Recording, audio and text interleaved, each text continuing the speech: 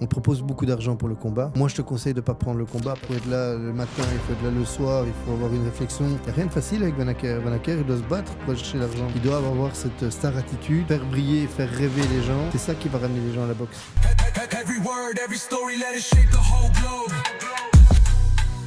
On va continuer la deuxième partie avec monsieur Alain Van Acker. Je vais me permettre de tutoyer, ça va être plus facile. Beaucoup plus facile. Ici, on va parler plus de la boxe, mais de manière structurelle, comment tout est organisé. Est-ce que tu pourrais nous raconter un peu comment est organisée la boxe en Belgique ? Alors, la boxe est organisée en ligue en Belgique. Donc, on a 3 ligues. On a la ligue francophone de boxe. On a la Vlaams Box Liga. Et alors, on a la ligue germanophone. Les 3 ligues sont réunies au sein de la Royale Fédération Belge de Boxe, qui est un peu le chapeau et qui coordonne au niveau international l'image de la boxe belge. Comment est-ce que les boxeurs sont affiliés ? C'est de façon géographique. Donc, quelqu'un qui habite en Wallonie sera d'office à la ligue francophone.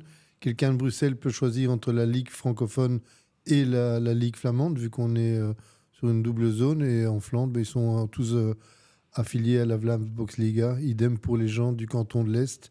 Mais ils sont affiliés à la Ligue germanophone. Quand on est champion régional d'abord. Il y a toujours un championnat régional, effectivement, hormis les germanophones qui sont peu nombreux et qui participent généralement au championnat de la Ligue francophone. Là, ils ont lieu pour l'instant. Il y a eu les huitièmes et les quarts ce week-end. Et la semaine prochaine auront lieu les demi-finales et les finales. La semaine d'après, les gagnants de chaque section, francophone et néerlandophone, se rencontreront pour le titre belge. Cette organisation, est-ce que ça rend pas la chose plus difficile par rapport à d'autres pays qui sont unis ? Non, parce que tous les pays ont soit des provinces, soit des États, soit des régions. C'est toujours, que ce soit en France, aux États-Unis, tout le monde a une région ou un État. Il faut d'abord être champion de sa partie du territoire pour aller aux championnats nationaux. C'est toujours comme ça. Si on va en tant qu'équipe nationale, par exemple, au championnat du monde, est-ce que ça existe, un championnat du monde En amateur, ça existe tout à fait. Donc, championnat du monde amateur, il vient d'y en avoir un. Ça s'est passé à Liverpool au début du mois d'octobre, au mois de septembre, pardon. Mais là, on a un consensus entre les flamands et les francophones. Le meilleur de la catégorie y va. Et s'il n'est pas disponible, c'est son homologue flamand ou francophone qui va à sa place. C'est une discussion entre les directeurs techniques francophones et néerlandophones. Est-ce qu'il y a une parité obligée qui doit être respectée ? Par exemple, si jamais on doit prendre 2 boxeurs de la même catégorie, est-ce qu'on sera obligé de prendre un flamand et un francophone ou on prendra juste les 2 meilleurs ? On prendra le meilleur de la catégorie. Il n'y a pas les 2 meilleurs. Donc, c'est généralement les finalistes de championnat de Belgique. Ouais. On prend le meilleur, c'est-à-dire celui qui a gagné normalement. Et quand ils n'ont jamais eu l'occasion de se rencontrer, on peut prévoir de faire un test match. Oui, donc il n'y a pas réellement de problème à ce niveau-là où on est un peu divisé au sein de la Belgique. On prend juste le meilleur. Mais tout le monde aimerait bien être le boxeur à partir à l'étranger. Donc il y a toujours une compétition plutôt qu'une division. Donc ça reste quand même intéressant. Alors il y a quand même une concurrence entre les boxeurs. Il y a une grosse concurrence. Il y a plus de moyens en Flandre pour le moment. Ouais. Parce que le Blozo, nous c'est l'ADEPS, disons qu'il y a plus de moyens là-bas pour le moment, de par plusieurs faits. C'est que la Fédération flamande s'est bien structurée et ils ont eu 3 personnes qui ont été aux Jeux Olympiques à Paris. Donc voilà, il y a eu des résultats. À partir du moment où on a des résultats en Belgique, il faut faire des résultats pour avoir des moyens. Maintenant qu'il y a eu des résultats, il y a plus de moyens. Comment est-ce qu'on obtient des moyens dans ce domaine ? Par rapport à la Ligue, comment est-ce qu'on obtient de l'argent, des financements ? Est-ce que c'est par sponsor ? Est-ce que l'État aide ou Alors, il y a une aide au niveau de l'ADEPS, une aide d'abord structurelle. Ouais. Même chose pour le Blozo. Donc, c'est une aide qui est donnée à chaque fédération en fonction du nombre d'affiliés et en fonction des niveaux de formation qu'on a en place. Ensuite, il y a aussi une aide pour le sport de haut niveau. C'est le plan-programme qu'on appelle cela. C'est quoi les catégories qui existent en Belgique ? Parce que vous venez de dire justement, tu viens de dire justement qu'il y a les amateurs, les professionnels. Est-ce qu'il y a juste les amateurs et les professionnels ? Et c'est quoi la différence entre les deux ? Il y a les élites qui vont représenter la Belgique, c'est les élites internationales, on va dire. Il y a trois catégories. Il y a d'abord les novices, il y a les aspirants, bien avant eux. Aspirants, on pratique la boxe sans faire la compétition. Une fois qu'on fait la compétition, on devient novice, moins de 10 combats. Une fois qu'on a plus de 10 combats, on devient amateur. Et puis dès qu'on a un niveau qui est supérieur et qui nous permet d'aller vers des compétitions internationales, on est élite. Et là, on peut rentrer à plusieurs niveaux. On est d'abord jeune talent.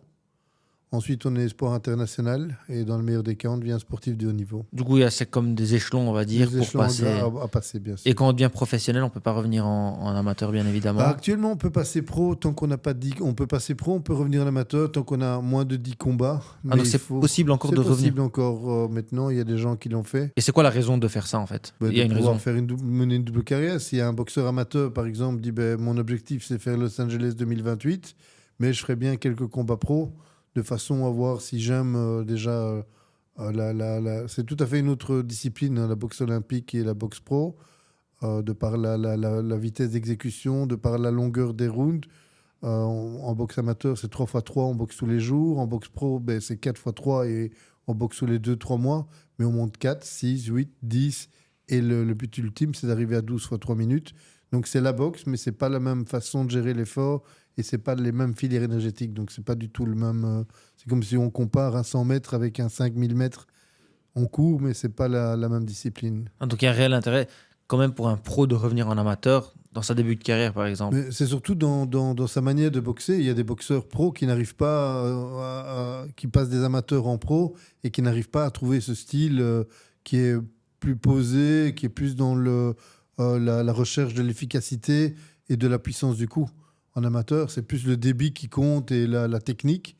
En pro, c'est l'efficacité, la technique et surtout l'impact qui est important. Dans toute cette structure, c'est quoi le rôle des entraîneurs, enfin, des clubs, des entraîneurs et des promoteurs? Bon, alors d'abord, il y a le rôle de la fédération qui est de diriger l'ensemble des licences, de vérifier déjà si les boxeurs sont aptes médicalement. Ça, c'est une des choses les plus importantes, je pense, qu'il faut mettre en place. C'est un sport dangereux, donc il faut que les critères soient bien mis en place. Alors, au niveau de la boxe, j'ai mis quelques temps à comprendre parce que moi je viens d'un parcours où j'étais combattant. Je suis devenu entraîneur à mes 23 ans. J'ai été entraîneur national. J'ai eu un super parcours jusqu'à à peu près l'an 2000. Et puis, j'ai décidé de devenir manager. En étant manager, j'ai vu qu'il n'y avait pas de suivi. Donc, je suis devenu promoteur. Donc, le manager trouve des combats aux boxeurs. Et il doit faire appel à des promoteurs. Alors, il n'y a pas de structure. Il n'y avait pas de structure en Belgique qui me permettait de pouvoir faire un calendrier précis à mes compétiteurs. Pour performer, il faut avoir un calendrier, il faut avoir des temps de préparation. Et en Belgique, on a eu pendant des années l'habitude de dire tu boxes dans 4 semaines, tu boxes dans 3 semaines. Donc j'ai essayé de changer ça un petit peu en mettant en place un calendrier, tant bien que mal, hein, en faisant des erreurs et plein d'erreurs, mais en essayant de mettre en avant un calendrier, surtout pour les boxeurs. Et justement, si tu as pu faire ça, comment ça se passe? Est-ce qu'il y a beaucoup de promoteurs en Belgique ou est-ce que tu es le seul? Est-ce qu'il y a plusieurs? Il n'y a pas beaucoup de gens qui ont vocation d'être vraiment promoteurs, qui font que ça dans la vie. Donc moi, je ne fais pas que ça non plus, mais j'ai essayé pendant tout un temps de faire 6 à 8 organisations par an. Ça prend un temps de fou. Alors, il y a des gens comme moi. Il y a GMG Cherat, où ils font 2 à 3, 4 galas par an. On a en Flandre Is a Game, qui est un lieu mythique. On a le Gens Box Gala. On a des gens à Hasselt qui organisent également 1 ou 2 fois par an. Mais c'est à chaque fois des gens qui font ça en plus de leur métier. Est-ce que c'est comme ça partout ou c'est juste en Belgique parce qu'on n'est pas encore assez avancé à ce niveau-là? C'est pas comme ça partout. J'ai de la chance d'avoir des partenaires que j'ai eus, comme Sorland Event dans les années 90 et 2000. Top Rank aux États-Unis, c'est des sociétés vraiment structurées avec des dizaines de personnes qui travaillent. On a en Angleterre Matchroom, on a Queensbury. On a des sociétés qui comptent des dizaines de travailleurs à l'année. Si on prend l'exemple de Matchroom, il suffit d'aller sur DAZN et sur Netflix et d'aller voir le reportage qu'ils ont fait sur Matchroom. Ça nous montre vraiment ce que c'est. Matchroom, c'est une boîte internationale. La boxe n'est pas leur pilier de rentrée. Leur numéro 1, c'est le dart, c'est le snooker. La boxe vient en 3e position. En quoi ça consiste d'organiser, par exemple, de mettre un événement en avant? Ça commence comment et comment on obtient les moyens? Alors, bon, au départ, quand j'ai commencé à organiser, mon premier gala, je l'ai fait en 1994, je pense, quand j'avais ouvert mon club. Alors, j'ai voulu organiser parce que j'avais un coach qui s'appelait Robert Jacobs, qui m'a donné la passion de la boxe d'une part, et qui m'avait toujours dit, ouais, on va organiser un jour ensemble, on fera le SL, Enfin, il m'a fait des rêves d'enfant qui sont devenus des objectifs. Quand j'ai voulu organiser pour mes boxeurs parce que j'avais besoin de les montrer, j'avais besoin que on peut briller à la salle, mais c'est dans la compétition qu'on excelle et qu'on devient encore meilleur que ce qu'on est. Donc j'ai commencé à organiser mes premiers galas avenue du suffrage universel à Scarbeck, puis j'ai fait 17 galas à Evere, avenue des anciens combattants. Donc j'ai commencé sur Bruxelles, vraiment mes premiers galas. J'ai fait le Palais du Midi, j'ai eu la chance de pouvoir être collaborateur dans les galas de Béa Diallo, qui à l'époque, dans les années 90, a ramené vraiment une lumière sur la boxe en Belgique. Et voilà, donc j'ai cette chance-là d'avoir été motivé par vraiment des personnes très intéressantes. Oui, et justement, tu as aussi ce côté où tu es assez international et tes boxeurs aussi, tu essayes de les emmener autre part qu'en Belgique. Parce que je vois à tes boxeurs qui voyagent énormément pour la boxe. Et j'imagine que c'est toi qui organise ça et tu leur donnes les contacts. Donc, tu as ces contacts-là. J'ai des contacts à travers tout le monde. Je bouge beaucoup. Par exemple, ici, je vais partir en Afrique du Sud pour un combat avec Michael Piroton. De là, je pars directement en Thaïlande pour la convention WBC. Je suis déjà inscrit pour la convention IBF qui va avoir lieu au Vietnam. Ça demande de prendre du temps, de consacrer du temps et voilà, la famille en pâtit un petit peu de temps en temps. Mais j'essaie de faire ça pour pouvoir ouvrir le monde aux boxeurs. Alors, souvent, on me critique en disant « Ouais, mais Van Acker, c'est business. » En réalité, la boxe mondiale, c'est du business. Ouais, Ceux qui pensent le contraire, ben, je sais pas, soit ils sont simplés, soit ils ouvrent pas les yeux. On parle de millions partout dans le monde. Donc, en Belgique, ben, voilà, il faut qu'on se rende compte qu'on a besoin de moyens. Alors ici, on est dans une utopie où on est que des puristes. Que ceux qui veulent essayer de faire monter les gens au niveau, ben, c'est que des businessmen. Il n'y a pas de compromis. Soit on est un businessman arnaqueur, soit on est quelqu'un de génial qui fait ça par passion. Mais le problème, c'est que pour aller plus loin, il faut des moyens. Alors, il faut cruellement des moyens parce qu'on est obligé aujourd'hui, en tant que promoteur, de pousser les boxeurs à se rendre compte qu'on est une équipe et qu'on est des associés dans un événement. Les boxeurs regardent trop la télévision, regardent trop les États-Unis, où là, tout est payé par les la télévision, où tout est payé par les grands partenaires. Ici, en Belgique, il faut aller chercher l'argent là où il est. Donc, la première chose, c'est d'aller chercher, demander aux boxeurs de ramener du public.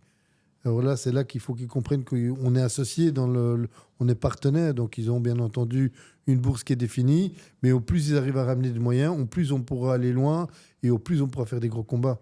Quelqu'un qui amène 2 personnes et que personne n'intéresse à venir le voir, on va avoir du mal à faire une carrière en Belgique.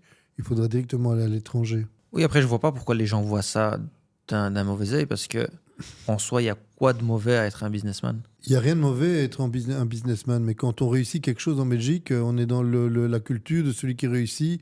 Ben, c'est soit un voleur, soit c'est un patron, et si c'est un patron, ben, il profite des gens. Donc on est vraiment dans une culture un peu bizarre dans la boxe.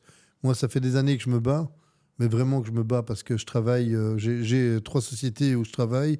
Généralement, je suis mon plus gros sponsor parce que c'est mon argent que je remets dans la boxe.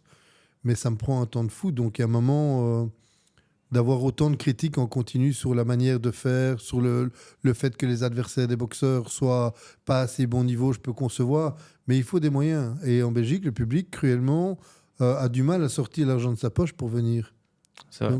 Donc on est vraiment dans un système où tout le monde critique la qualité n'y est pas. Ils aimeraient bien des combats comme aux États-Unis, mais en regardant les combats sur IPTV. Donc Ouais. voilà, de chez eux, sans avoir à payer un bal ou en étant invité. Ouais, c'est vrai, parce que je vois qu'à 2 niveaux, il y a un problème, c'est niveau public. Le public ne comprend pas forcément pourquoi il paye.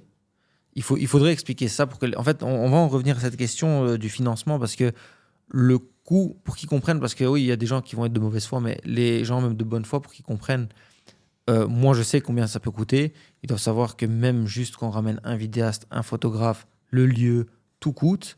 J'ai les ça, chiffres que tu me parles, j'ai les chiffres qui Ouais, viennent de ouais, ma tête, donc voilà. Donc, je ce sais serait de très quoi. intéressant que tu chiffres tout ça. Comme ça, d'un côté, on va faire comprendre au public que le prix du billet, il est justifié. D'ailleurs, il est beaucoup moins cher que dans d'autres pays. Quand on parle des States, justement, on est à 10 fois moins cher. Et d'un autre côté, les sponsors, où, comme tu dis, ben, ils ne sont pas forcément présents. Et ça rend la chose difficile, parce que sans sponsor, c'est très difficile de faire avancer un sport ou même de faire un événement. Tu as tout à fait raison, mais les sponsors sont là. Mais le problème qu'on a dans la boxe belge, c'est cette critique et cette division. Chacun est le meilleur. On est dans un temps féodal en boxe en Belgique. C'est-à-dire qu'il n'y a pas d'unité, c'est chacun dans son petit royaume, chacun pour soi et Dieu pour tous, mais c'est moi d'abord et les autres après. Donc moi j'ai eu la chance de pouvoir rencontrer des gens extraordinaires en boxe dans différentes régions avec qui on s'est associé et on essaye de faire, souvent des coachs, parfois certains de mes anciens boxeurs, mais c'est difficile d'aller dans un compromis où on est là tous pour s'aider les uns les autres. On est, voilà, tout le monde se dit, bon, j'ai réussi une chance, j'ai fait un combat, j'ai réussi à faire un parcours extraordinaire avec certains de mes boxeurs, dont Riyad Mehri, qui est devenu champion du monde intérim. Et bien même là, sa légitimité était remise en question. Il est champion du monde, mais intérim. Mais je dis intérim, ça veut dire que le champion du monde en titre est blessé, n'est pas là. Et j'ai dû continuer à expliquer que si le champion du monde revenait, il devrait boxer Riyad, et s'il ne le faisait pas, il deviendrait, Riyad, automatiquement champion du monde. Choumanov, qui n'a pas boxé pendant 2 ans, on a attendu 2019 jusqu'à 2021. Riyad est devenu champion du monde intérim. Quand Choumanov n'a pas voulu le boxer, ben, il est devenu automatiquement champion du monde. Et on m'a dit, mais on ne comprend pas, il est devenu champion du monde sans boxer. Mais il était déjà champion du monde. Donc c'est ça qui est compliqué à faire comprendre. Ouais. C'est qu'il y a des règles internationales, il y a des manières de faire. Mais en Belgique, on a une vision qui est toujours la même. Si tu veux réussir dans la boxe, tu dois être champion de ta région, champion de Belgique, champion d'Europe, et puis devenir champion du monde. Et quand je pose la question à tout le monde, je dis ok, c'est un très beau parcours, c'est génial, mais qui l'a fait? Qui est devenu champion de Belgique, champion d'Europe et champion du monde? Et il n'y a jamais personne. Donc le schéma que les gens ont en tête, c'est une idée approximative de ce qui devrait être la réalité, mais c'est une idée approximative parce que personne ne l'avait jamais fait. Et pourquoi ils ont cette idée? D'où vient cette idée en fait? Comment je pourrais expliquer ça? Il y a une expérience que j'aime bien, c'est l'expérience avec des singes qu'on met dans une pièce. Je sais pas si tu connais. Et avec l'échelle? Avec l'échelle, ouais. Donc on met un panier de cacahuètes, une échelle, il y a une dizaine de singes dans la pièce. Dès qu'un singe monte pour aller prendre des cacahuètes, on lâche de la pluie très froide. Et les singes sont saisis à chaque fois, qu'à un moment, dès qu'un singe ne fait que le mouvement d'aller à l'échelle, tous les autres singes les tabassent. Ouais. À un moment, on retire les singes, un par un. Cette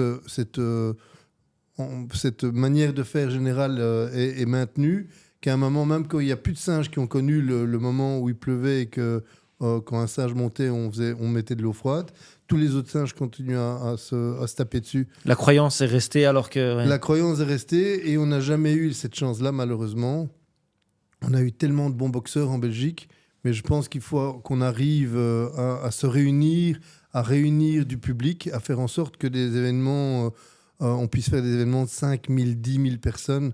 J'ai été à Wembley pour le combat de Usyk Dubois. Ouais. Et il y avait 100 000 personnes, quoi. C'était génial. Et pour le moment, c'est inconcevable, ça, en Belgique. C'est pas inconcevable. Il faut juste que chaque acteur de la boxe se rende compte qu'il est l'élément qui va faire que la boxe va réussir. Et c'est qui les acteurs? Maintenant, c'est d'abord les boxeurs, ouais. Les clubs, les managers, les promoteurs, les gens de la fédération. Il faut qu'on arrive à avoir du respect les uns des autres et avoir beaucoup d'admiration pour le travail qui est fait. Moi, ce que j'ai appris dans mon dernier gala, c'est la solitude. C'est vraiment le sentiment de solitude, de se dire, j'ai l'impression parfois d'être tout seul. Pourtant, il y a ma famille qui m'aide, il y a tout le monde. Mais il y a tellement de périodes de doute quand tu es promoteur qu'il faut aller chercher les moyens et que tu te dis souvent, j'y arriverai pas. Ça coûte trop cher, ça me prend trop de temps. Moi, je fais des journées de 17-18 heures.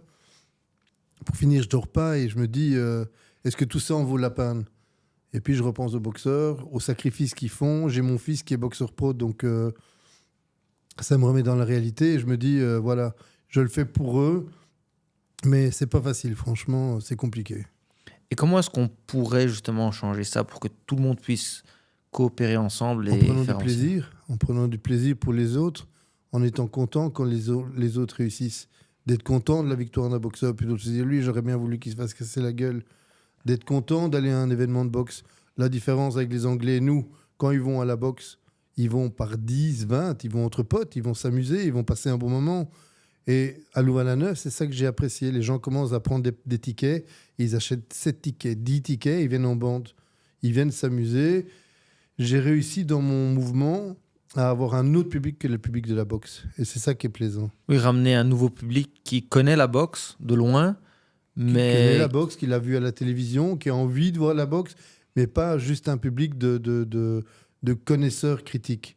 Parce que c'est ça un petit peu, si on met le doigt dessus, c'est le public connaisseur critique. et ça consiste en quoi donc organiser un gala? Comment tu fais par exemple maintenant si tu dois commencer de zéro à organiser un gala? Tu fais quoi? C'est quoi la première étape que tu La fais? première étape, c'est de définir le lieu. En fonction du lieu, je vais définir un plateau de boxeurs de la région, dans une part, et puis voir un petit peu quel combat vedette pour être intéressant pour la région ou pour l'événement. Une fois qu'on a le lieu et qu'on doit faire toute une demande, il y a tout un schéma avec une demande à la police, à la commune, et puis il faut prévoir les licences, il faut prévoir le matériel nécessaire dans une organisation, un ring, de l'éclairage, tout le BAB, donc un médecin.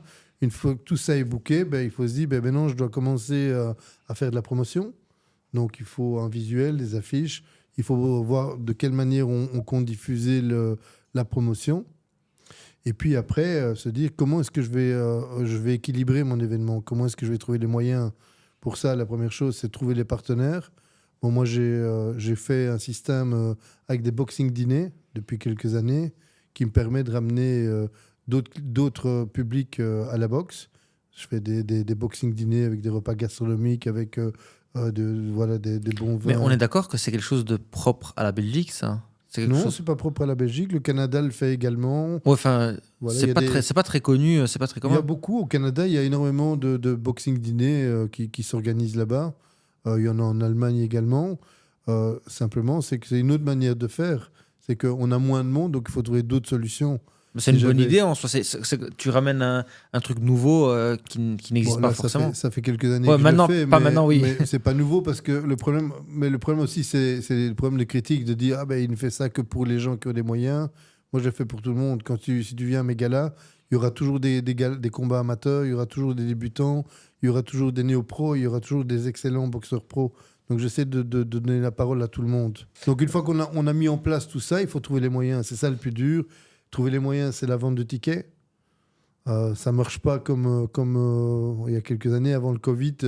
Quand j'ai lancé une promotion, j'avais les préventes qui partaient. Ici, il faut se battre. Il faut demander aux boxeurs de se battre. Et il faut aller chercher soi-même la vente de tickets. Donc, c'est pas évident. Et après, on essaie de trouver des sponsors. On essaie de trouver des gens qui peuvent aider à la bonne diffusion du gala, des influenceurs. Il y en a pas beaucoup en Belgique encore dans la boxe. Et donc, je me suis rendu compte que prendre un influenceur, même dans la boxe, mais si c'est un influenceur qui fait des mouvements de boxe, c'est pas ça qui va ramener du monde à la boxe. Si on a des boxeurs qui ont beaucoup de followers, comme c'est souvent le cas aujourd'hui, mais c'est des gens qui sont des followers, qui sont pas des vrais amis. C'est pas des gens qui vont venir à la boxe. C'est ça. Ils vont Ouais, regarder sur- de loin, ils vont liker. Allez, on ouais, va c'est dire il y a des boxeurs qui sont contents d'avoir fait 50 000 likes, 60 000 likes, mais là-dedans, il y aura peut-être 2 personnes qui vont venir les voir à la boxe. Donc la réalité est tout autre que les réseaux, et donc il faut arriver à ce que les boxeurs gardent un vrai contact avec leur public. Une fois que tout ça est mis en place, il faut faire de la promo, il faut continuer à chercher jusqu'au dernier moment à remplir la salle, jusqu'au dernier moment à vendre des places. Et puis le jour J, on croise les doigts pour qu'il y ait encore du monde qui vienne. Et pour ça, on a la pesée le jour avant où on essaye de diffuser un maximum de photos, de faire des stories. Le jour du gala, on a bien sûr les combats, mais on essaye de faire un max de promotion pour les futurs galas. Là, ici, j'ai eu la chance d'être diffusé sur Fight Nation. On a fait, comme je te disais tout à l'heure, plus d'1 million de vues Ouais. sur l'ensemble du réseau. On a été diffusé sur Free en France. Et puis ici, comme Antoine a gagné, on a eu le JT sur la RTBF. Et puis là, la semaine passée, il a été sur 100% Sport. Donc voilà, ça ramène pour tous les boxeurs une certaine notoriété.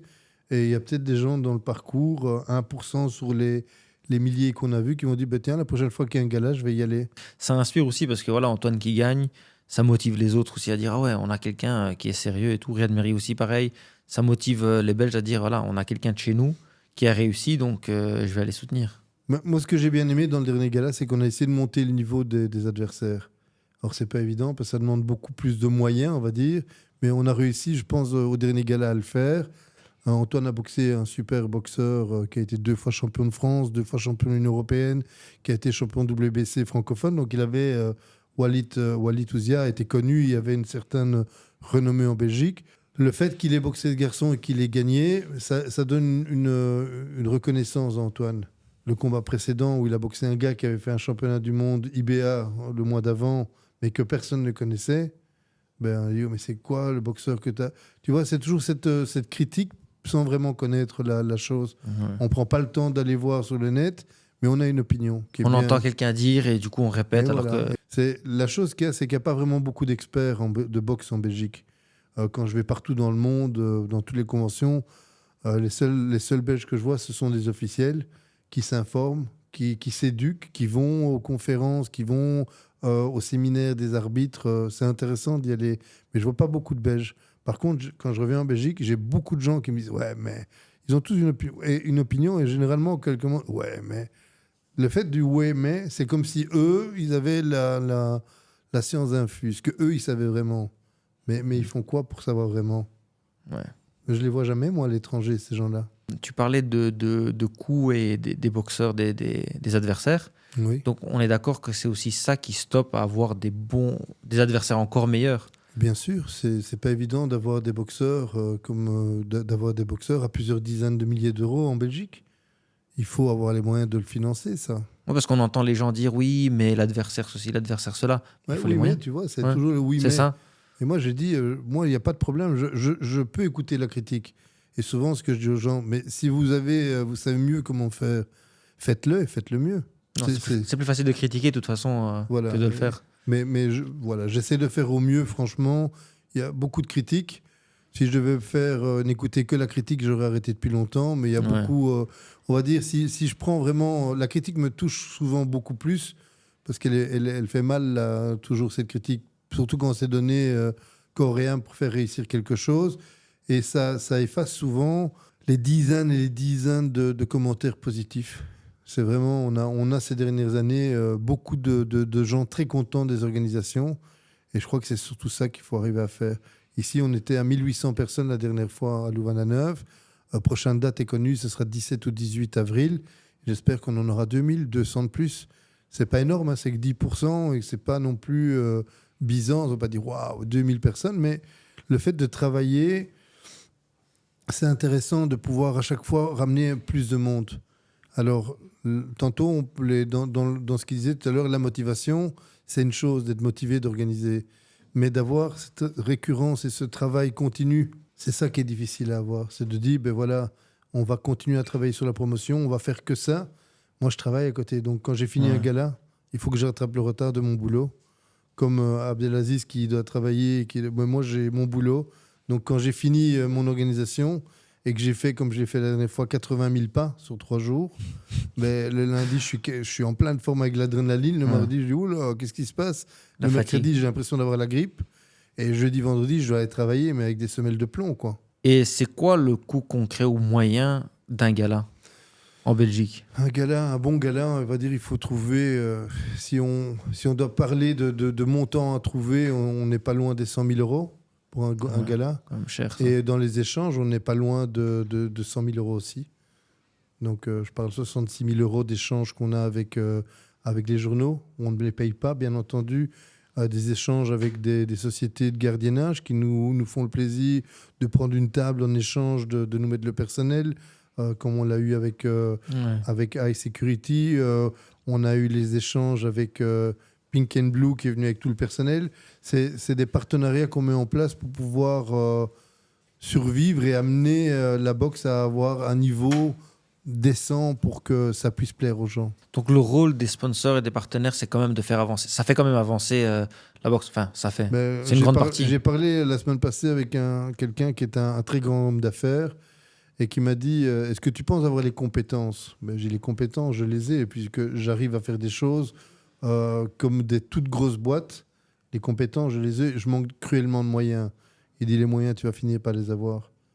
Et donc, je cherche toujours les moyens, je cherche toujours les partenaires, je cherche à faire comprendre aux boxeurs que moi, je me tape 17-18 heures tous les jours de travail avant un événement, mais que quand l'événement est fini, je suis tout seul à retirer les chaises avec ma famille, que je suis tout seul à aller nettoyer la salle, que je suis tout seul à aller ramener toutes les marchandises, et que pendant ce temps-là, c'est eux qui sont dans la lumière. Et c'est tout à fait normal hein, qu'ils soient dans la lumière.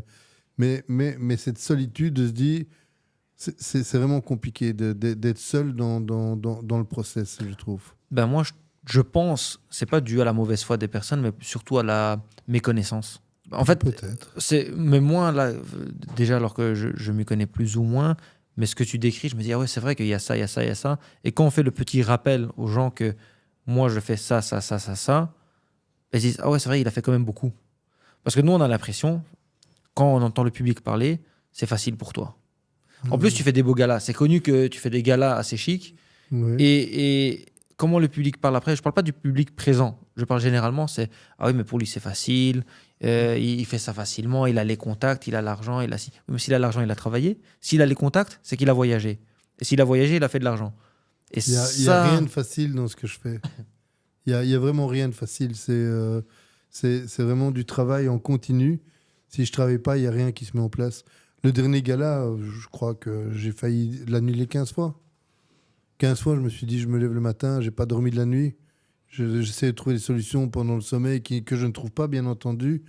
Et je me lève au matin, je dis, je vais annuler, ça vaut pas la peine de se prendre la tête autant pour ça. Ouais.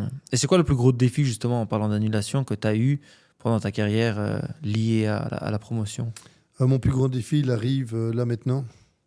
C'est de continuer à garder la motivation, et tout en ayant la discipline. La discipline de malgré les moments difficiles, de continuer à vouloir travailler. Ici, on a Riyad qui est numéro 2 mondial. Mon objectif pour décembre, c'est qu'il devienne numéro 1 mondial et challenger mondial pour la WBC. Ça veut dire que pour ça, je vais devoir partir en Afrique du Sud, lâcher ma famille. Je pars le 21.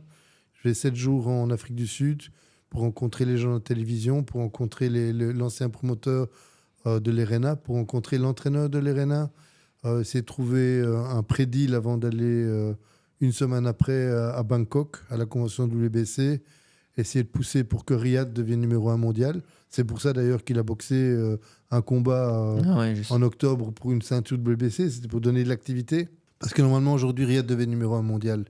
Il est champion WBC Silver, il est normalement numéro 1 mondial. Mais on a quelqu'un, Tabiti, qui a fait un championnat africain, qui est devenu numéro 1 parce que c'est l'année de l'Afrique.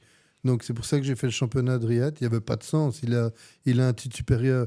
Mais là, il a le même titre que Tabiti, plus le titre silver. Donc je vais dire, pourquoi il serait numéro 2 aujourd'hui? Pourquoi ne viendrait-il pas numéro 1 mondial? Et donc maintenant, j'ai encore une semaine pour préparer, trouver des partenaires, trouver des moyens, aller en Afrique du Sud avec une idée bien précise, à Bangkok avec une idée encore plus précise, et en revenant, en espérant avoir atteint mon objectif, de revenir et de mettre sur pied une organisation sans les moyens qui sont déjà acquis. Qu'est-ce que tu as y gagné là-dedans? D'abord, la passion, et puis souvent, je blague avec Michel Jacobs. Mon entraîneur, c'est Robert Jacobs. Il y a Bruno qui est mon poulain, là, pour le moment. Robert m'a donné la passion de la boxe. Quand on a la passion, c'est difficile à expliquer. On travaille sans compter, on a une énergie folle. Quand je réussis les projets, et par exemple l'idée que je viens de te donner, si j'arrive à la mettre en place sans les moyens que de grosses boîtes, ça serait un plaisir énorme. Et j'ai organisé le ESL en juillet 2021. C'est une idée que j'avais eue avec Robert Jacobs quand j'avais 15 ans. Donc, quand j'ai fini mon gala, j'ai dit, putain de Robert, il m'a quand même bien eu, le Robert, tu vois, à me mettre ça dans la tête. Mais quelque part, c'est une fierté de pouvoir mettre ça en place. Moi, j'adore me surpasser, j'adore trouver les moyens. Et après coup, comme j'ai eu le gala à Louvain-la-Neuve, d'avoir fait un succès, d'avoir fait un si beau gala, je me dis, voilà, ça valait la peine quand même. Mais après, c'est qu'il y a des efforts à remettre derrière, parce que c'est pas l'aboutissement. L'aboutissement, c'est... On a un championnat du monde à faire pour Riyad, on a une finale mondiale à faire pour Antoine, on a des projets à mettre pour Miko, on a les jeunes qui sont derrière, Abdelaziz, Mériton, on a plein de jeunes qui ont boxé également là, qui attendent de moi de leur trouver des solutions. Je vais essayer d'en trouver et puis voilà, on n'est pas loin de réussir, on a beaucoup de talent, maintenant il faut juste trouver les moyens. Est-ce que c'est facile en tant que Belge à échanger avec le monde international? Ou est-ce qu'on a de la crédibilité niveau boxe? Moi, j'ai une chance incroyable. En 2003, j'ai signé avec Sauerland Event. Sauerland Event, c'était le plus gros promoteur allemand qui est devenu numéro 1 mondial. Il a eu Mark Hook, il a eu Arthur Abraham, il a eu des dizaines de champions du monde. J'avais Oleg Platov chez eux. Et donc, pendant 8 ans, j'ai eu la chance de pouvoir côtoyer une fois toutes les 3 semaines un événement de type mondial, de voir les rouages, de voir... Et chaque chose que je voyais, je dis, mais ça, je suis capable de le faire. Il n'y a pas quelque chose dans une organisation quand je vais à l'étranger que je me dis, ça, je ne serais pas capable de faire. Hormis Wembley, là, je veux dire que 100 000 personnes, je ne sais pas si j'arriverai à gérer parce que c'est vraiment énorme. Mais bon, il doit y avoir moyen. Donc, quand je vais à l'étranger, j'ai eu la chance de travailler avec Sauerland Event. Je suis partenaire avec Top Rank, avec Abraham Nova. On a travaillé 5 ans avant. Et tout s'est toujours bien passé avec les professionnels. J'ai jamais eu de problématiques. Ils m'ont jamais dit, tiens, là, tu te gourres, c'est pas professionnel, bien au contraire. Et donc, j'ai toujours eu beaucoup de respect vis-à-vis de moi à l'étranger. J'en ai un peu moins vis-à-vis de moi en Belgique, je pense. Et c'est quoi la problématique spécifique justement à toute cette organisation, à la médiatisation par exemple, ou le côté financier? Est-ce qu'il y a des gens qui ont envie de réussir en Belgique? Oui, les boxeurs. Est-ce que dans les gens dans l'entourage de la boxe, est-ce qu'ils ont envie que ça réussisse? Je me pose parfois la question. C'est plus facile quand on a un niveau moyen de faire semblant qu'on est bon nageur dans une petite profondeur que de nager en pleine mer. Et c'est ça, je pense, aujourd'hui, la problématique. Ben, je sens que lentement, ça commence. Le public commence à vraiment soutenir. Mais j'avais cette impression, la même impression que j'avais l'impression qu'on ne voulait pas soutenir les gens proches de nous. Je vois des gens suivre des stars américaines. Ils n'auront jamais accès à ces gens-là. Ils les suivent, ils likent tous les posts, etc. Pourquoi ils ne likent pas le post du gars qui habite près de chez eux?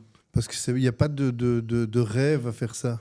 Il n'y a pas de magie à faire ça. Mais si lui il réussit, c'est que Non, moi aussi mais je peux réussir. On est dans... Donner envie. Moi, je pense comme toi, tu vois. Mais la chose qu'il y a, c'est que les gens ont besoin de rêver aujourd'hui. On est dans des temps assez difficiles et les gens ont besoin de rêver. À partir du moment où même le compétiteur lui-même a des doutes et n'a pas cette notion de dire il faut que je fasse rêver les gens. C'est mon rôle aussi, à travers ce que je fais, de leur donner envie de découvrir ma passion. Il y a beaucoup de boxeurs en Belgique qui sont gênés de dire qu'ils sont boxeurs. Peu de gens qui font des promos de fous et de malades, tu vois. Il faut qu'on arrive à faire qu'on ait un peu plus de suivi médiatique, d'une part. Les médias, pour ça, il faut qu'on ait des résultats. Mais il faut que, comme toi, qu'on ait aujourd'hui des nouveaux médias. Parce que c'est là, je pense, moi, la solution et le futur de notre sport et des autres sports de combat. C'est de pouvoir dialoguer avec les gens. Le public. Tu vois, on est ici dans un petit studio, mais on a l'impression d'être sur un plateau TV et de pouvoir donner notre avis. Moi, on ne m'interroge jamais sur... c'est rare qu'on me demande mon avis. C'est Van Acker, on connaît Van Acker. Je vois les commentaires sur les réseaux. Ouais, mais avec Van Acker, il n'y a rien de facile avec Van Acker. Van Acker, il doit se battre pour aller chercher l'argent. Van Acker, il n'a pas d'argent, il vient d'une famille d'ouvriers, il a 3 sociétés, il met de l'argent de chacune des sociétés dans la boxe pour pouvoir faire vivre la boxe. L'argent ne me coule pas je suis pas millionnaire. Moi. Les gens pensent que je le suis parce que je n'ai pas l'intérêt de l'argent. L'argent n'est pas une obsession et n'est pas le but pour moi. Je serais beaucoup plus heureux d'avoir un champion du monde sans gagner d'argent que de gagner de l'argent sur un boxeur. J'expliquais tout à l'heure, j'ai un boxeur à qui on m'a déjà proposé beaucoup d'argent pour qu'il combatte à l'étranger. Moi, je lui ai dit, il pourrait en témoigner, j'ai dit, écoute, on te propose beaucoup d'argent pour le combat. Moi, je te conseille de ne pas prendre le combat parce que tu risques d'être KO au premier round. Mais ce n'est pas moi qui ai besoin ou pas d'argent. Ce n'est pas ma vie, c'est la tienne. Et c'est toi qui vas aller sur le ring. Donc, c'est toi qui dois décider si oui ou non, tu dis oui ou non au combat. Mais une chose est claire, moi, je ne prendrai pas le combat. Mais je te suivrai si tu prends le combat. Et le gars m'a dit, écoute, si tu me conseilles de ne pas prendre le combat, je ne le prends pas. Et là, c'était une grosse fierté. Plus que de prendre un gros chèque, tu vois. Mais quelque part, c'est un peu stupide de ma part parce que j'aurais pris le gros chèque. Ça m'aurait permis de faire monter d'autres boxeurs et de faire d'autres choses également, quoi. Oui, tu ne sacrifies pas un boxeur au début. Non, c'est ça. Non. C'est parce que tu fais ça par passion. Mais c'est vrai que si on écoute le public, on dirait que tout est acquis pour toi et que c'est facile pour toi. Mais après, moi, ce que j'aime bien répondre à ces gens-là, c'est alors pourquoi tu fais pas pareil? si ça fait gagner de l'argent et que c'est si bon business, pourquoi tu ne fais pas pareil? Et c'est comme on me dit souvent, mais pourquoi tu continues alors si... Et parce que j'ai un objectif. L'objectif, il est là et c'est comme si j'étais aujourd'hui dans une piscine et que j'étais dans l'eau et que juste au-dessus de moi, il y a un voile en plastique. Alors j'ai deux solutions, soit je coule, soit je transperce la bâche en plastique et je reprends de l'air. Et puis en montant au-dessus, il faut vraiment qu'on arrive à prendre de la distance par rapport à tout ce qu'il y a aujourd'hui. Il faut vraiment prendre de la grandeur et il faut que les boxeurs qui font partie de l'équipe ou les boxeurs belges prennent conscience qu'ils sont des stars, on va dire, qui doivent avoir cette star attitude parce que faire briller, faire rêver les gens, c'est ça qui va ramener les gens à la boxe. Quand je vais en Angleterre, il y a des mecs qui sont parfois, ils sont pas très bons, quoi, tu vois. Mais ils arrivent et ils viennent, ils ont vendu 600 tickets, les gars. 600 tickets, un gars tout seul. Ouais. Et le gars, il a vendu 600 tickets, il a fait rêver 600 personnes. Qui gagne ou qui perd, ça c'est autre chose, parce que lui, il s'en fout complètement, il est là pour donner le maximum de lui-même. Et donc voilà, peut-être les boxeurs doivent faire un effort, peut-être que les managers doivent faire un effort, mais le public, c'est lui qui doit être content en fin de compte. Donc c'est vraiment un travail d'équipe, de Ouais. médias, des clubs, des entraîneurs et des boxeurs. C'est vraiment général. Tout seul. J'essaye, mais j'ai pas toutes les solutions, tu vois, mais il me faut pas grand-chose pour qu'on puisse passer une étape, franchement. Et puis après, quand tu vas passer, ils vont dire ouais, mais c'était acquis. C'était facile pour lui, alors que ça fait combien d'années que tu te bats à faire ça en fait J'ai commencé en 2000 de devenir promoteur. J'ai fait le choix d'arrêter d'être entraîneur et de devenir vraiment promoteur. Je trouvais que c'était pas évident de faire tout, d'être entraîneur, promoteur, manager. Fallait choisir son camp quelque part. La réflexion n'est pas la même du tout Non, en forcément. fonction des différents entraîneurs. Il faut être là tous les jours avec son boxeur. Il faut être là le matin, il faut être là le soir. Il faut avoir une réflexion sur toutes les filières énergétiques, savoir où est son pic de forme, où est sa descente. Il faut vivre avec son boxeur en continu pour pouvoir savoir qui il est, quand est-ce qu'il a besoin de nous. Manager, c'est la même chose, mais l'entraîneur devient mon messager de la chose, tu vois. Quelle est ta vision, par rapport à tout ce qu'on a dit, ta vision de la boxe belge dans le futur, proche ou Eh bien, j'ai lointain? beaucoup d'espoir pour la boxe belge dans le futur, avec ou sans moi, hein, parce que j'ai pas du tout envie d'être la personne indispensable. J'ai beaucoup d'espoir parce que je vois qu'il y a beaucoup de boxeurs motivés, qu'il y a beaucoup d'entraîneurs motivés, qu'il y a une belle passion et qu'il y a une belle énergie quelque part. Simplement, il y a beaucoup d'énergie négative également et ça perturbe le bon fonctionnement. Ça entrave la réussite de certaines personnes.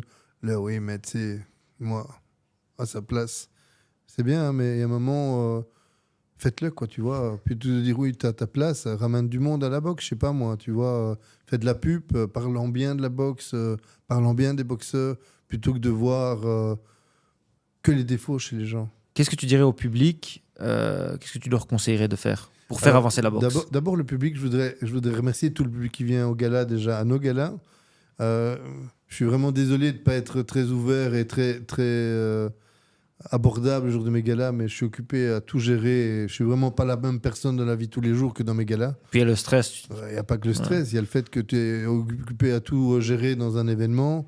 Et je voudrais être beaucoup plus disponible et plus près des gens, tu vois. Mais c'est pas toujours évident. Il y a plein de gens que je croise dans un gala. Je me dis, ah, mais tiens, je l'ai vu hier, mais j'ai même pas dit bonjour parce que j'étais dans une autre mission. Tu vois, quand tu pars d'un point dans la salle pour une mission bien spécifique, tu rencontres des gens et t'es pas ouvert. Je pense qu'il faudrait qu'on fasse des journées plus ouvertes où on rencontre les gens, des entraînements publics, des présentations publiques. Ça serait peut-être une solution à mettre en place pour rencontrer les gens hors stress, tu vois. Parce que Ouais. lors d'une compétition, j'ai mon fils qui boxe. Il y a le stress de ça déjà. Le stress, c'est pire que tout parce que j'ai jamais voulu qu'il fasse de la boxe. Lui, tu vois, il m'a fait chier à venir faire la compétition. Laisse-moi faire un combat, laisse-moi faire le championnat de Belgique. Oh, tiens, un combat pro. Puis regarde, il a 27 combats pro. Et à un moment, il m'a dit, écoute, je te demande pas grand-chose, je te demande que ce que tu fais pour les autres. Ouais. C'est-à-dire quoi? Je veux réussir à faire une carrière pro. Donc, il m'a bien eu, tu vois. En attendant, voilà, je pense que la plupart des boxeurs, j'ai eu pas mal de bons boxeurs. Il y en a quelques-uns qui m'en veulent parce qu'ils pensent que je ne prends plus leurs nouvelles ou que je ne les vois pas. C'est que j'ai une vie de fou où je ne peux pas faire tout ce que j'ai envie de faire, manque de temps. Et donc, il y a des gens de ma famille que je ne vois pas, il y a des amis que je ne vois pas. Alors, comment je ferais pour voir des gens que je n'ai pas le temps de voir et voilà. Mais il faut qu'on arrive à rencontrer les gens dans des événements autres que les galas. Il faut qu'on fasse de la promotion et il faut aller face au public et rencontrer le public. Ça, je Oui, crois que c'est une solution. un événement un peu plus agréable pour toi, parce que le gala est agréable pour les gens parce qu'ils viennent regarder, mais pour toi, c'est moins agréable. C'est moins agréable jusqu'à 23h30. Quand Ouais. le gala est fini, là, ça devient gay. Ouais. Quand tu commences à ranger et tu peux enfin respirer. C'est ça. C'est particulier quand même. Enfin, j'adore ce que je fais, franchement. Ouais. Malgré que je voudrais abandonner tout le temps, voilà, ma motivation reste. Et je pense que je dois plus travailler la discipline. On a entendu avec les boxeurs de motivation et discipline. Usyk en a parlé la semaine passée, à la différence entre la motivation et la La discipline. discipline, ouais. Voilà, la motivation, tout le monde peut en avoir. Je peux me motiver, mais le matin, quand je me réveille et que j'ai pas envie de le faire, c'est là qu'il faut de la discipline. Ouais. Parce que je vais pas aller m'entraîner parce que j'ai envie, c'est parce que j'ai l'obligation d'y aller. Et la discipline, c'est d'y aller tous les jours. Est-ce que tu as une anecdote improbable par rapport à ton métier? Enfin, pas ton métier, justement, ton métier de promoteur. Ben, le fait d'avoir rencontré toutes les idoles de ma jeunesse, tous les boxeurs que j'adorais, que je les ai tous rencontrés. Une anecdote, c'est Barry McKagan, c'était un champion du monde des poids plumes. Et je l'adorais. On regardait tous ses combats avec Robert Jacobs. On allait chez lui, j'avais 15 ans. On allait voir les championnats du monde à la télé. On regardait. Robert s'endormait généralement parce que il s'endormait tout le temps, Robert. Et donc, on regardait les combats. Et un jour, j'étais en quelle année? Je crois que c'était 2018. J'étais à une convention WBC en Thaïlande, je pense, oui. C'est ça. Et je parle à un jeune là, qui me dit c'est comment ton nom de famille? Et il me dit McKagan. Je dis mon idole d'enfance, c'est Barry McKagan. Il me fait ben, c'est mon père. Je dis arrête tes couilles. Il prend son téléphone. Il commence à parler et il me passe Barry McKagan. Barry, hello, it's Alan. Et on a travaillé ensemble sur des promotions. Et donc c'est une anecdote qu'une de mes idoles d'enfance, j'ai pu travailler sur un de ces galas en Irlande. Mais j'ai ça avec tellement de boxeurs, voilà. Et c'est ça qui te remotive alors, qui te redonne motivation. Ouais, ça, c'est une motivation. Ici, j'ai mon partenaire des Murphy Boxing, avec qui j'ai travaillé sur Abraham Nova. C'est le chanteur des Dropkick Murphys. C'est un groupe de rock qui est venu la semaine passée. Il m'a envoyé un message. Tu veux venir au concert? J'étais à Forêt Nationale en backstage. Ça fait partie de la boxe, mais c'est des choses que j'aurais peut-être jamais vécues si j'avais pas été dans la boxe. J'ai rencontré des gens extraordinaires, j'ai rencontré des acteurs extraordinaires, j'ai rencontré des chanteurs. Voilà, c'est vraiment. J'ai une vie agréable grâce à la boxe. Ma passion me fait rencontrer les gens pour qui j'avais de l'admiration, donc c'est que plaisant cette partie-là. Et du coup, tu en as un peu parlé, mais c'est quoi la prochaine étape et qu'est-ce qu'on peut te souhaiter personnellement à toi? Alors, la prochaine étape, c'est la professionnalisation de 12 rounds promotion. Donc, j'ai décidé d'arrêter une ou deux de mes activités professionnelles pour me consacrer pleinement à la boxe. Pleinement, ça veut dire 7 heures sur ma journée. Le restant, j'ai quand même d'autres missions et d'autres travails où il faut que je mange quand même et que je sécurise ma vie. Et donc, je vais travailler pour la boxe. J'ai décidé en 2026 de faire vraiment un planning déjà à l'avance. Donc là, aujourd'hui, on sait déjà que le 5 février, je vais faire un gala col blanc. Que le 17, peut-être le 28 mars, je vais essayer de faire un championnat du monde pour Riyad Meri. Je dis peut-être parce que ça dépendra de ma mission en Thaïlande et en Afrique du Sud. Que le 17 avril ou 18, ça sera le 17 à mon avis, parce que j'ai quelque chose au niveau familial que je ne peux pas bouger. Je vais faire le gala Louvain-la-Neuve 4. L'affiche est sortie, je l'ai dans mon téléphone. J'ai au mois de septembre un gala qui va avoir lieu à Sombref, un petit gala avec un combat pro et des combats amateurs, très probablement Abdelaziz, septembre 26, comme ça il a déjà la date. Que le 11, 12, 13 novembre, je vais faire un événement à Tour et Taxi. J'ai été voir samedi les dirigeants du salon du tatouage. Il va faire un event où chaque boxeur qui va boxer sera obligé de se faire tatouer ou d'avoir un tatouage. Ensuite, j'ai novembre, j'aurai un gala à Monaco. Là, on a eu un accord. On va organiser à Monaco. Et décembre, je suis en train de travailler sur Charleroi au Palais des Expos. Donc voilà, j'ai une belle année 2026. Et une fois que l'année sera finie, ben, on aura déjà les dates pour 2027, 2028 et on va essayer de travailler comme ça jusqu'aux prochaines Olympiades. Ça a l'air bien chargé comme année. Et voilà, donc ça va demander beaucoup de travail. Et ceux qui disent que c'est facile, ben, ils ont qu'à venir me suivre et on va voir si c'est facile. Bah, un truc que je peux proposer, c'est nous, on a un concept avec Untold, c'est une journée dans la peau de quelqu'un. Et pendant une journée importante, bien sûr, parce que si c'est une journée lambda, ça peut être du repos, on te suit avec des caméras, on fait un vlog de ce qui se passe, comment c'est organisé, etc. Comme ça, les gens peuvent découvrir comment ça peut être stressant une journée de promoteur. Ça va être très stressant, mais ça va être rigolo. Bon, on me l'a déjà fait. Hein. Heureusement, cet enregistrement a disparu. Il doit être quelque part sur le réseau, mais on voit vraiment ce que c'est quand on me suit. Déjà, il faut que l'équipe me suive, parce que je te dis, quand j'ai fait 30 000 pas sur ma journée de gala, déjà, l'équipe qui doit me suivre, ils ont tous fait le même nombre de pas que moi. Et je dois naviguer et jongler entre tellement d'éléments différents.